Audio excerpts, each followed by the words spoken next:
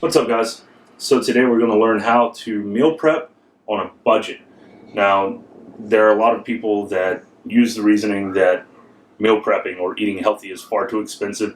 I'm going to explain why it's not. It's extremely simple. All you have to do is think logically and plan according to your budget. First of all, you have to figure out your caloric intake, but you're going to break that down into carbs, fats, and proteins, and I'll get more into that in the next video. There's no magical science. There's no set percentage of macros. There's what works for you. It's all trial and error. Nutrition in itself with weight loss, weight gain, maintenance, it's all trial and error. I know what works for me. It's up to you to either hire somebody to figure that out for you or figure it out on your own. Let's start with breakfast. Cheapest way for breakfast, oats. You can go quick oats, 1 minute oats. You can go old-fashioned oats. It really doesn't matter. They're cheap. For my proteins and fats with breakfast, I usually throw in a few eggs or an avocado. And with my oats, I just flavor it with honey. Honey's all natural. It's awesome. And it makes oats not taste like shredded cardboard. Proteins for my other meals. Cheapest way to go is buying chicken in bulk. It's not always the healthiest option.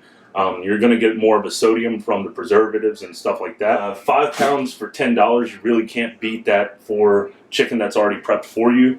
And then you move into your carbs. Cheapest carb ever, rice. You can use white rice, brown rice, you can use potatoes, whether it's russet, sweet potato. Throw in beans. I like beans, I love beans, red kidney beans and pintos. I'm going to mix in some succotash. Beans are not only a great carb, but they're also higher in protein than your rice, your sweet potatoes, and stuff like that. So beans actually cut back on the expense of the meat as well. So you're going to save a little bit in meat by buying beans. You can buy them raw, you can buy them canned, drain them, wash them, rinse them, whatever, however you want to prepare them. What I like to do is just mix it all together, basically make a mush. I do the same thing with my chicken and my rice. When I was doing my 30 days as a vegetarian and eating beans and rice and vegetables, all I did was just put it in a Tupperware and mix it all up. It makes it a little more flavorful rather than eating some cardboard flavored chicken, some cardboard flavored rice, and some cardboard flavored veggies all separately. Mix them up, and it makes everything better. The next thing is seasoning. Use dry rubs. Don't go soaking your chicken in barbecue sauce. Everybody likes Sweet Baby Ray's, I get it, but stick with dry rubs. My personal favorite is Lawry's. If you don't use Lawry's, you don't have any black friends or you're racist. And then once everything's mixed together, I use hot sauce. I like hot sauce. It adds flavor, it adds kick. And Cholula is my stuff. Tupperware. You can pick these up at any grocery store. They're extremely cheap. They're washable, reusable. Use them until they start falling apart. If you're extremely frugal, save the Chinese Tupperwares. They're the exact same damn thing. Just save them and use them. Use a scale. Use a scale. And it doesn't have to be a fancy digital scale. I actually use this old analog scale because it still measures ounces and grams. That's all that matters to me. And vegetables this week, I'm just doing asparagus and green beans. I'm not going to tell you what portions I use because that's what works for me. That's what's meant for my body, not yours. My protein shakes, I make nutrient dense, meaning I add things to them. So I'm not just getting the 110 to 210 calories per shake and 20-some grams of protein and whatever grams of carbs.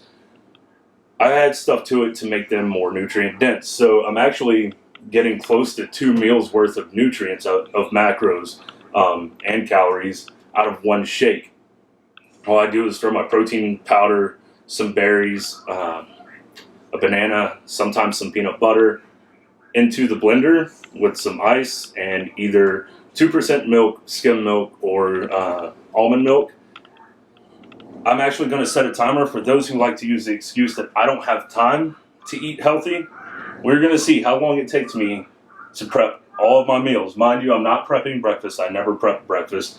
A, I don't like reheated eggs. And B, I'm not reheating oats. That's disgusting. So, we're going to start a timer now, or a stopwatch rather, and see how long this takes. We're 4 minutes and 16 seconds in. My oven hasn't preheated yet, so I'm going to go ahead and start getting everything else ready. It's very simple. If you haven't invested in a rice cooker, if you have not invested in a rice cooker, invest in one. It makes everything so much easier. White rice, and that's it.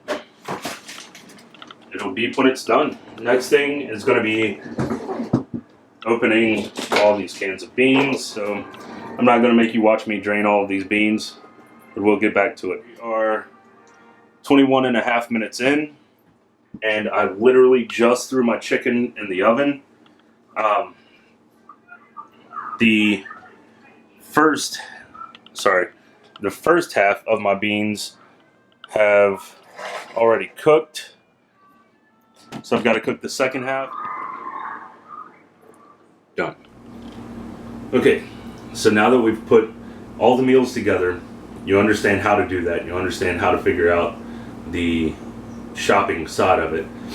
Let's turn it into price and cost. $30 for 2.5 hours of your time. If you're going to a drive-through, let's give yourself 5 minutes to get in and out of a drive-through. And if you live in this area, you know that you're not going to get in and out of a drive-through within 5 minutes, but we'll go with 5 minutes. 5 minutes twice a day. It's already 10 minutes every day. 70 minutes. Give yourself 5 minutes of travel time, and you're looking at 140 minutes, which is already the same that it would have taken you to stay at home and cook all of these meals in one day. Price, $30 for all of that food for 14 meals.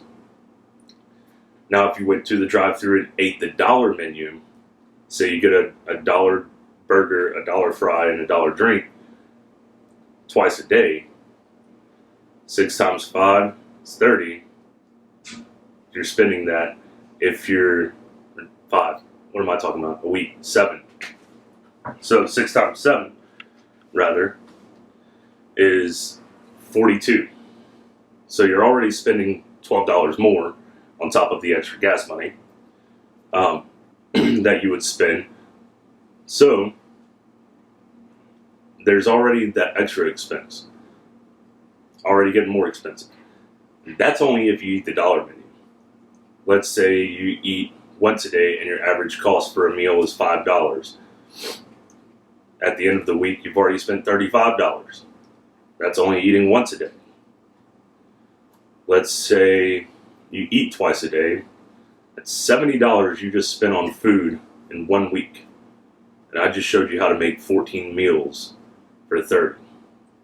So your excuses are getting weak, but stay tuned because there's also going to be videos about budgeting gyms and budgeting clothing while you're losing weight or gaining weight, whatever your goal is, and a lot of other videos about budgeting. If there's anything that you guys want to recommend or want to see, comment it below, and I'll catch you guys in the next one.